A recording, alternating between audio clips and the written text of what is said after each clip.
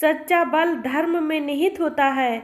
अधर्म का हर षड्यंत्र अंततः विनाश की ओर ले जाता है। राम ही केवल प्रेम प्यारा, जान लेऊ जो जानन हारा। भगवान राम को सिर्फ प्रेम प्यारा है। जो भक्त सच्चे मन के साथ रहते हैं उनके लिए कोई षड्यंत्र कारगर नहीं होता। तो जय श्री राम दोस्तों, स्वागत है आपका हमारे चैनल डिवाइन प्लेस नई सुबह में। आज हम आपको सुनाने जा रहे हैं रामायण का एक रोमांचक और प्रेरणादायक प्रसंग, लंका में राक्षसी मंत्रणा। यह वही प्रसंग है जिसमें रावण और उसकी सेना ने श्री राम और उनकी वानर सेना को पराजित करने के लिए गहरी मंत्रणा की। क्या यह षड्यंत्र सफल हो पाया या धर्म की शक्ति ने अधर्म को हराया? इस कथा में जानिए राक्षसों की चालों और भगवान राम के भक्तों के अद्वितीय साहस का मुकाबला। तो दोस्तों बने रहिए हमारे साथ और जानिए कैसे रावण के सारे प्रयास धराशायी हो गए और धर्म की विजय का डंका बजा। अगर आपको ऐसी कहानियाँ पसंद हैं तो इस वीडियो को लाइक और शेयर करना ना भूलें। तो प्यारे मित्रों, आज की कथा में आप सुन रहे हैं लंका में राक्षसी मंत्रणा। इंद्र तुल्य पराक्रमी हनुमान जी ने लंका में जो अत्यंत भयावह घोर कर्म किया था उसे देखकर राक्षस राज रावण को बड़ी लज्जा और ग्लानि हुई। उसने समस्त प्रमुख राक्षसों को बुलाकर कहा, निशाचरों, एकमात्र बानर हनुमान अकेला इस दुधर्षपुरी में घुस आया। उसने इसे तहस नहस कर डाला और जनक कुमारी सीता से भेंट भी कर लिया। सूचना मिली है कि राम सहस्त्रों धीर वीर बानरों के साथ हमारी लंकापुरी पर आक्रमण करने के लिए आ रहे हैं। यह बात भी भली भांति स्पष्ट हो चुकी है कि वे रघुवंशी राम अपने समुचित बल के द्वारा भाई, सेना और सेवकों सहित सुखपूर्वक समुद्र को पार कर लेंगे।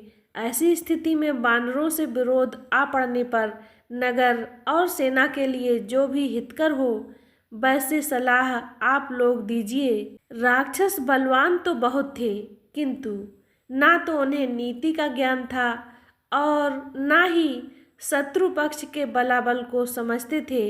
इसीलिए वे कहने लगे, हे राजन, आप व्यर्थ ही भयभीत हो रहे हैं। आपने नागों और गंधर्वों को भी युद्ध में परास्त कर दिया है।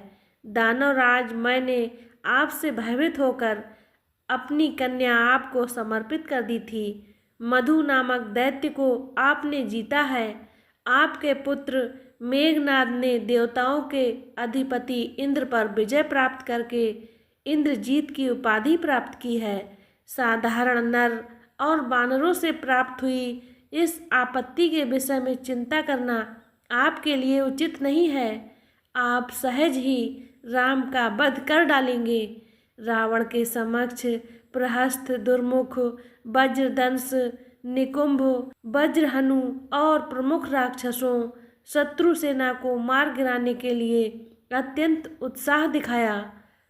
उनके उत्साहवर्धक वचन सुनकर रावण अत्यंत प्रसन्न हुआ और उनकी हाँ में हाँ मिलाने लगा।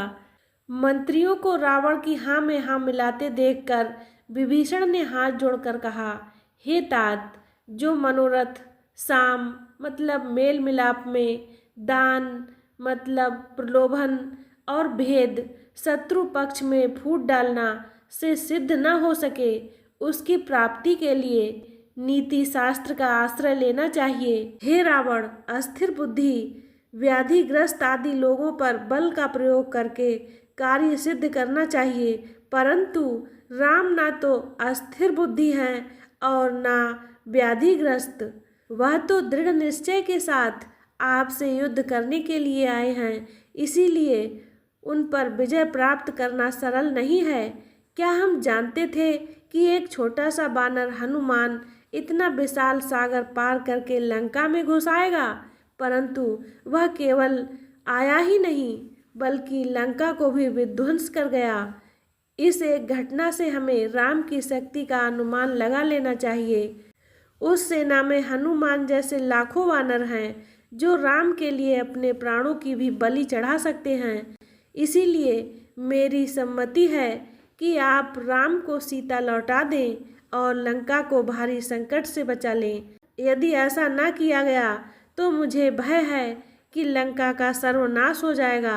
राम लक्ष्मण के तीक्ष्ण बाणों से लंका का एक भी नागरिक जीवित नहीं बचेगा। आप मेरे प्रस्ताव पर गंभीरता से विचार करें, यह मेरा निवेदन है। विभीषण की बात सुनकर राक्षस राज रावण उन सभी सभासदों को विदा करके अपने महल में चला गया। तो मित्रों, आज की कथा को यहीं पर विराम देते हैं। अब आइए कुछ अनमोल वचनों को सुनते हैं। बयरु न करे काहू सन कोई, राम प्रताप विषमता खोई। राम के प्रताप से हर विषमता और कठिनाई दूर हो जाती है। रावण का षड्यंत्र धर्म के आगे टिक नहीं सकता।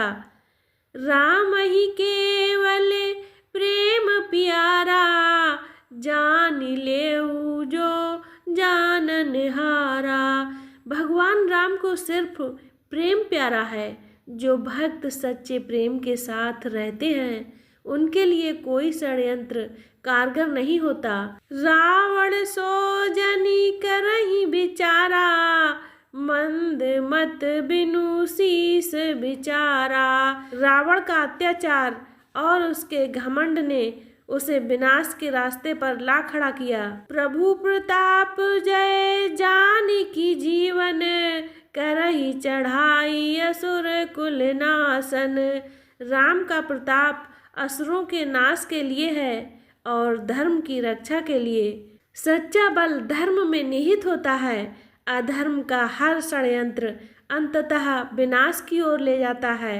धर्म की रक्षा के लिए किए गए साहसिक प्रयास हमेशा विजय प्राप्त करते हैं। अधर्म और अहंकार के रास्ते पर चलने वाला व्यक्ति चाहे कितना भी शक्तिशाली क्यों न हो, उसे अंततः पराजय का सामना करना ही पड़ता है। रामायण हमें सिखाती है कि धर्म के मार्ग पर चलने वालों के लिए हर कठिनाई छोटी होती है और अधर्म के सामने सच्चे भक्त हमेशा विजयी होते हैं। तो दोस्तों, यह थी रामायण की उस अनोखी कथा की झलक जब रावण और उसकी सेना ने षड्यंत्र रचा, लेकिन भक्तों की भक्ति और साहस के आगे उसकी हर चाल नाकाम हो गई। उम्मीद है आपको ये कथा प्रेरणादायक लगी होगी। अगर हाँ, तो इस वीडियो को लाइक और शेयर ज़रूर करें और हमारे चैनल डिवाइन प्लेस नई सुबह को सब्सक्राइब करें ताकि आने वाली ऐसी ही और भी कहानियाँ आप तक पहुँचती रहें। तो धन्यवाद दोस्तों, वीडियो को अंत तक देखने के लिए हमसे जुड़े रहें। अगली बार फिर मिलेंगे एक नई कथा के साथ। तब तक के लिए जय श्री राम, जय हनुमान।